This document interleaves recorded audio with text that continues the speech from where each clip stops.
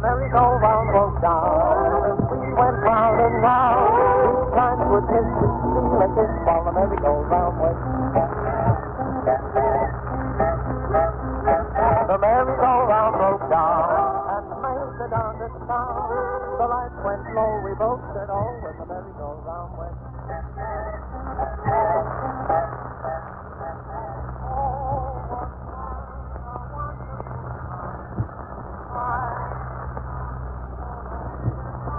Hello, listeners in America. We hope you've been enjoying this musical cocktail coming to you from Berlin in the German Overseas Service. And now for a time check. At the sound of the gong, it was exactly 9 o'clock Eastern Wartime. It is now time for our next news bulletin in English, which will be followed by a short commentary.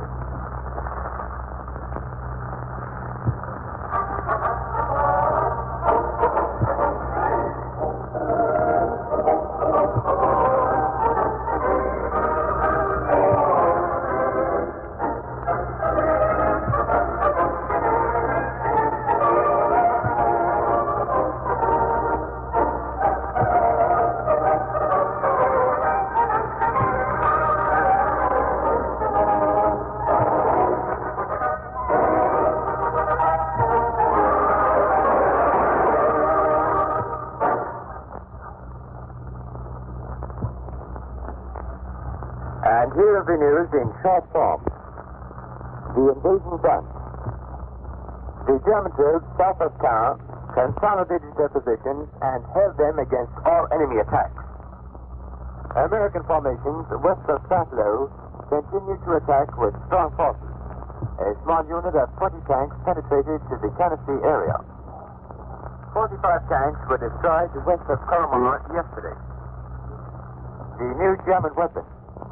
The retaliatory fire on southern England on Wednesday was heavier than ever before. The London report disclosed. The London Daily Herald admits that the launching sites of the new German weapon are extremely hard to hit. A British paper published a government regulation which states that the craftsmen and building workers in southern England must work at least 65 hours per week. The war in Italy. All enemy efforts to break through the German positions south of Florence were foiled. The Eastern Front. German troops continue to hold the city of Lvov against all Soviet attacks. The city of Lublin was lost after heavy fighting. 924 Soviet tanks were destroyed in 4 weeks fighting in the northern sector alone. The city of Narva was evacuated according to plan after all military installations had been destroyed. The war in the air. German torpedo planes sank a 4,000-ton tanker and heavily damaged other vessels totaling 25,000 tons. 42 American aircraft, including 35 heavy bombers, were destroyed by the German defenses when American air formations raided localities in southeastern Germany yesterday. Last night, enemy aircraft dropped bombs on Hamburg and Tennessee. 6 machines were shot down. Britain and the Poles. According to London reports, Winston Churchill has advised the head of the Polish puppet government in London to proceed to Moscow and negotiate with Stalin. Bolshevism of the Jews. The former French communist leader, André Marty, who is now in Algiers, demands that all important government positions in liberated France be given to reliable communists. An association for economic collaboration with the Soviet Union was founded in Tel Aviv in Palestine. The Jewish press announces that this association will also further Soviet interests in general. Social and economic items. German soldiers on leave who desire to visit their evacuated families are entitled to financial assistance for this purpose, according to a new regulation by the German Army authorities. the head of the Department for Foreign Workers of the German Labor Front declared that the foreign workers in Germany are treated on the same level and receive the same food rations as the German workers.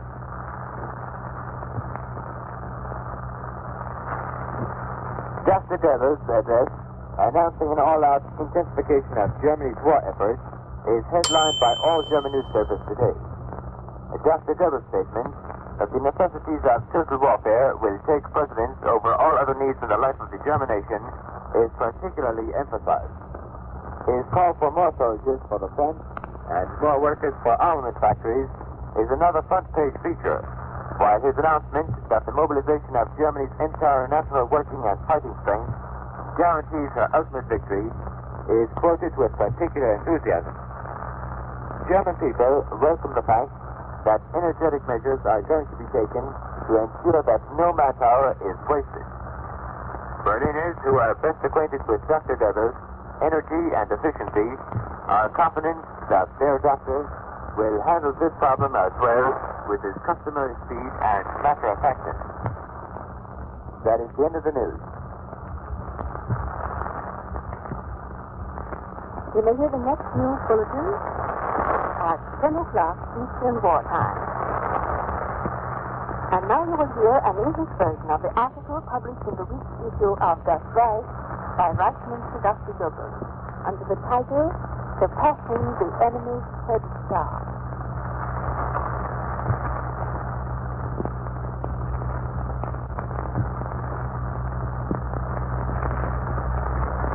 Good evening, listeners in America. When, in September 1939, the Reich was forced to war by her enemies, she was in possession of newly organized and modernly equipped armed forces. These forces embodied a technical head start for us, due largely to the fact that in the Treaty of Versailles, the enemies themselves had destroyed our old army, and thus made it necessary for us to start all over again. This superiority in arms was one of the reasons for our rapid victories in 1939, 40, and 41, for it enabled us to employ a grand-scale and revolutionary type of warfare against which the enemy had nothing comparable to offer. Everywhere we were masters of the battlefield because our armed forces operated not only according to entirely new methods, which contradicted all previous military experience, but also because they were equipped with the most modern technical arms. The so-called Blitz campaigns of the first war years completely revolutionized the military thought which had prevailed up to then. The Führer, who had conceived and applied this new type of warfare, thus became a revolutionizing renewer of military strategy which had never suffered such a sudden break in its development as in 1939-40. An entirely new chapter of operational thought began at that point. It was inevitable that during any prolonged duration of the war, our enemies should copy the so-called German strategy of the Blitzkrieg. For that strategy was based more on new conceptions than on any new military secrets. This strategy had not complicated military thought, but simplified it. It was not difficult to follow the German example, therefore, since our methods could easily be deduced from our successes and their planning. Above all, it was easy to determine which weapons had played the major part in achieving the dramatic German success. In its offensive, the German Wehrmacht had made a far greater use of the motor, both on ground and in the air, than had ever been considered possible up to that time, and that was the basis for our speedy and widespread operations. There was nothing left for the enemy to do but to use the same methods and weapons against us, which they did, and that is the main reason for the negative character of our military development since 1942.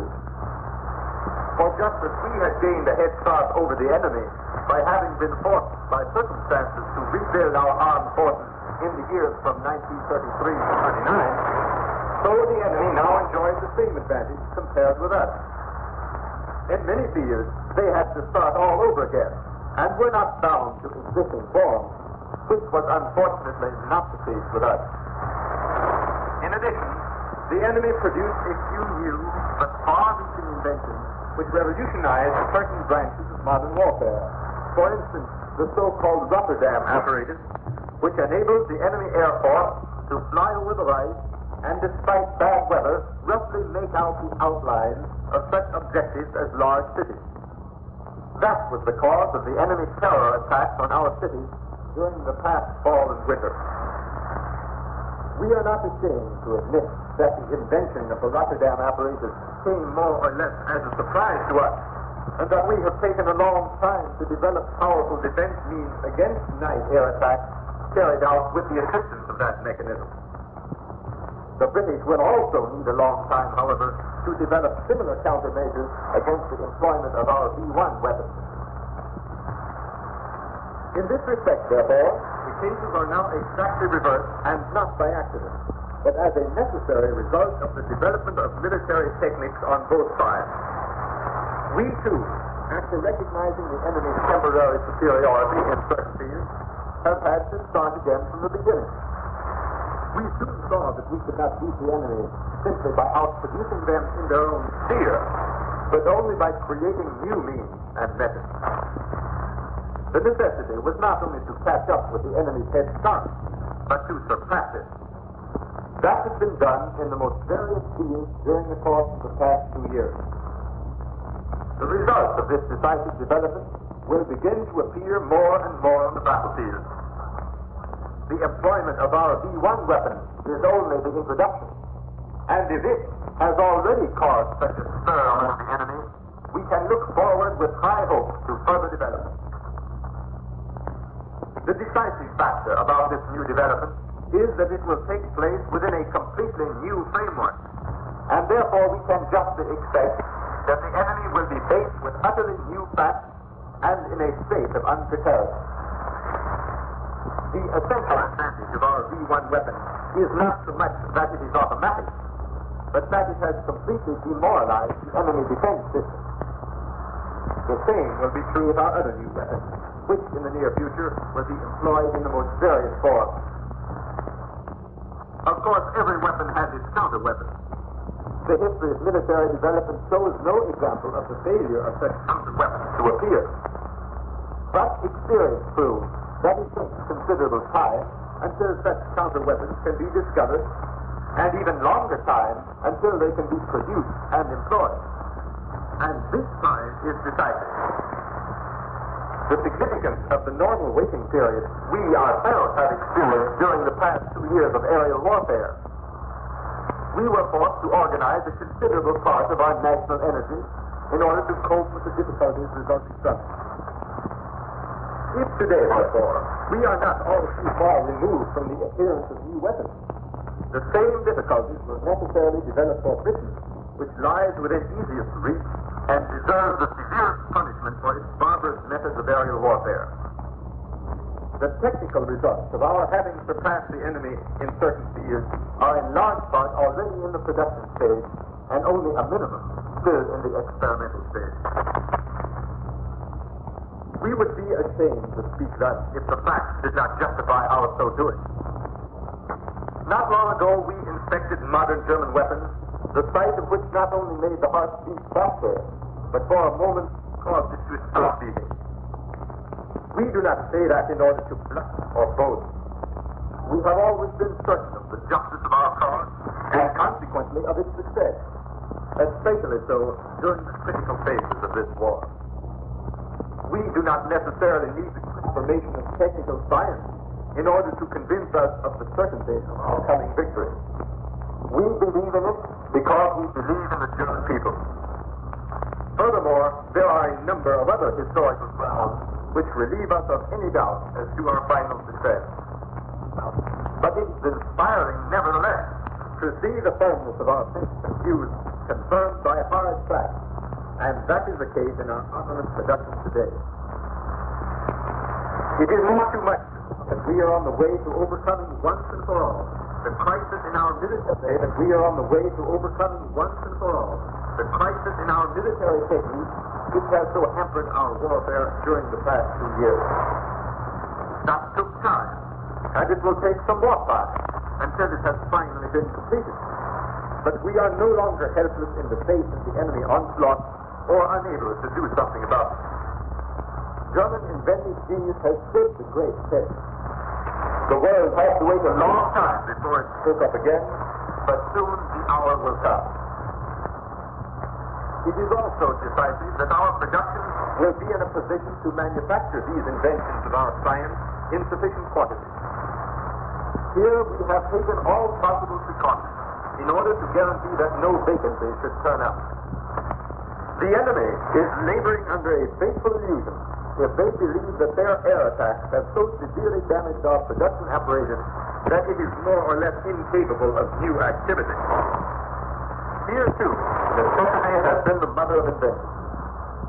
By means of organized protective measures and grand-scale distribution, we have made our armament industry airproof, a process with whose tremendous difficulties we are already familiar, but which Britain has yet to encounter. We evacuated Berlin in the summer of 1943. The British are now doing the same with London in the summer of 1944. Last year, we made the German armament industry safe against air attacks. It will not be long until Britain is forced to do the same, only under far more difficult conditions. The enemy is not over the hill, as their leaders have so often claimed, but has just begun the climb. The development of the coming weeks and months will prove that. At any rate, we can look forward with confidence to what is coming.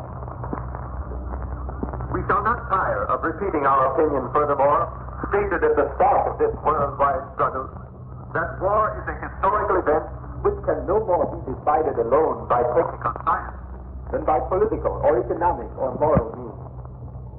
Only the collaboration of all these forces in a total war effort embracing the whole nation can lead to success. Never has a single weapon decided the victory. That would not only be nonsense, but contrary to all history. Weapons are but the outward demonstration of the manly spirit and substance of a people which is defending its life. They not only express its technical ingenuity, but also its unshakable firmness of conviction in the belief in its mission and way of life, as well as its gift for overcoming apparently insurmountable obstacles. The only difference between the present and the past in this respect is that now such developments are far more rapid, and whereas in earlier times they demanded a century, they now sometimes occur more than once in the course of a single war. That appears to be the case at the present time. It is clear that our enemies will leave nothing undone to destroy us, and therefore we dare leave nothing undone to prevent that, and where we can, to deal out blows of our own, not batting an eyelight at the blows which we receive in return. Each of us must try to surpass his neighbor in morale, in energy, in diligence, and firmness. Then these virtues, together with our arms, will gain the victory. The more difficult it is for us to achieve, the more firmly must we believe in it, and the more fanatically fight and work for it. The individual may fall, but not the flag. It waves over all our daily doings, over the heroic deeds and historical achievements of the great, as well as the silent beautifulness of the small.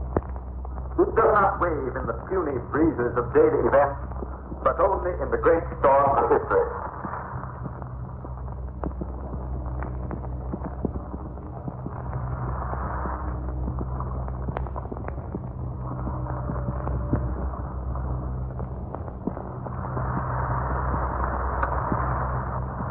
You have been listening to the English version of the weekly article published by Reichsminister Dr. Goebbels in Das Reich under the title Surpassing the Enemy's Headstone. It was translated and read for you by your national commentator. We invite you to listen every week on Thursday at the same hour for the latest article by Dr. Goebbels, Germany's most authoritative spokesman. And now, dear listeners, we are presenting our usual Thursday evening feature program, Home Sweet Home.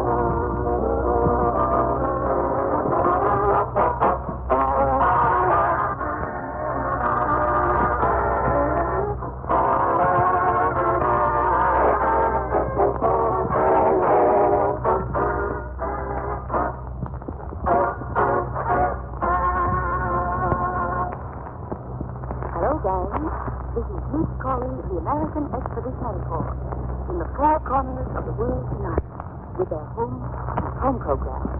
Well, kids, I'd like to say, pack up your troubles in your old stick bag. But I know that little old stick bag is much too small to use all the troubles you kids have got. But maybe for the next half hour, we've got some music that's something fascinating with. And we're starting off with the minor swing played by Dick and Hook Henry, and afterwards, Jack and Bill will also play then, even though the swing is minor and more major for the forces.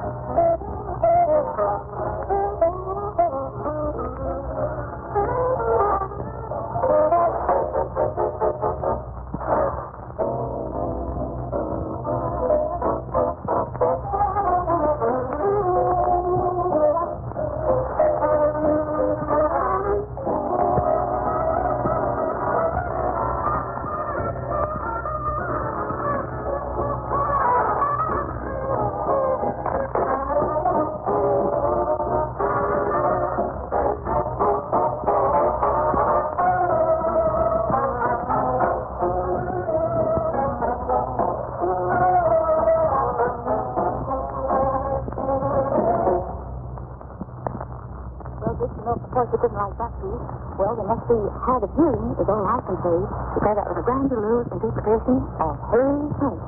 Well, I'm pretty sure that the forces did all they could to Harry Tight, but with all the opposition, we can't blame them if they did quite a lot and still are doing plenty of switching, But this, I hear the forces could only talk to you now, which is probably nice to do.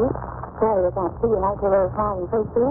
They asked you to give them an encore, which would be their size very good.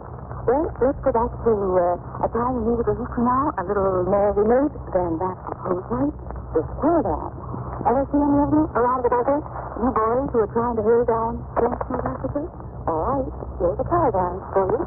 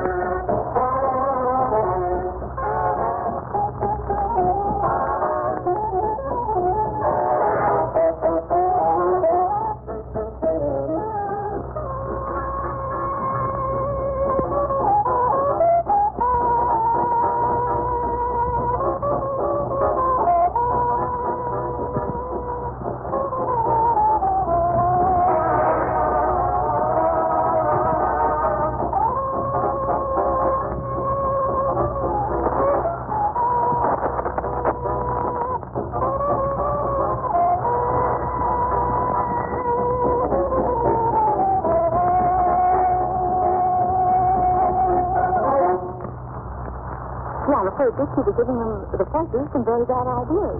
They were just get all kind of woozy and would like to slow down their little guns and paddle off home. Well, it would be the right thing for them to do after all, because they're certainly not making any headway in the Scotch for us now. Well, the two women had all their female girls anyhow. I'm sure we're all practicing this. Certainly, Jill is one. Little old Nick here is also one. See, I'd never have a war if I could do anything. And I think most women are like that. Well, maybe not Dorothy Johnson. I do remember she once said, I'd willingly sacrifice 1,000,000 American boys and fall in battlefield. Well, Miss Johnson, if you should be listening in tonight, well, I think you, or your ilk, have a country that little state, haven't you? And the witness is first for a moment. Then a cute little blonde girl like Jill here, I have a glamour girl, and the guy in the studio, well, she knows just what life's all about, and she wouldn't come down and all this sort of damn North Streams, no silly, not real. She said, I got $1,000,000 to make my dreams come true. That's it, if you'd only stick to the good old simple things, they're the best in life. All right, Jack, you want a little time here?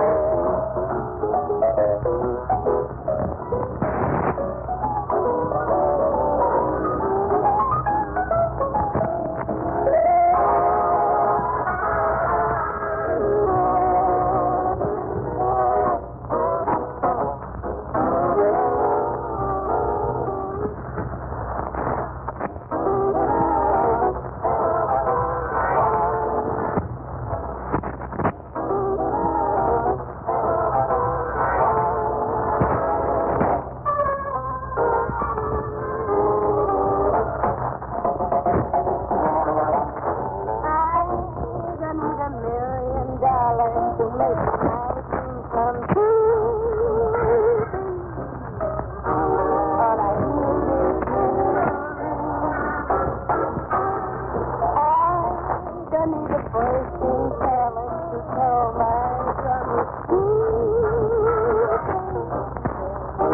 All I need is don't need a sun, don't need a star. For at last I realize I found a sun, I found a star shining in your eyes. I'm right up to taste of heaven and back. It was like Tuesday.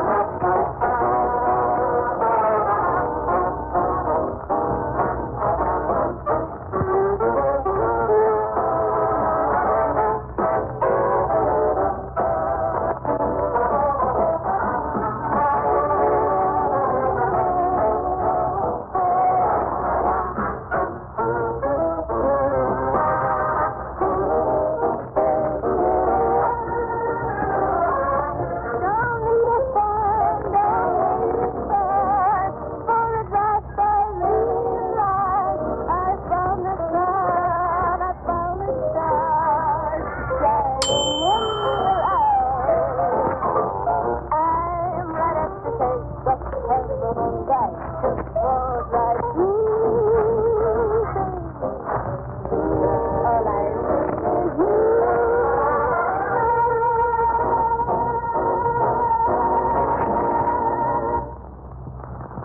Bill, you know, I bet you just lost the American forces within a few inches of the base of heaven with that sweet little old voice of yours and a darling little old song. Well, now listen, boys of the AEF, don't you think it would be nice to live a little more in the past? The world of the future is not much fun anyhow, is it? Or the present time, with such things as pilotless bombers floating around your head? I don't suppose you're finding in exactly your idea of something related, yeah? Well, because you not go backwards. You start cutting off the calendar and go back to the good old days when the orchestra began playing Jada. Well, it's quite a long time ago, but this got a grand new interpretation of it. Jada, green, isn't it? All right, so go to town with it.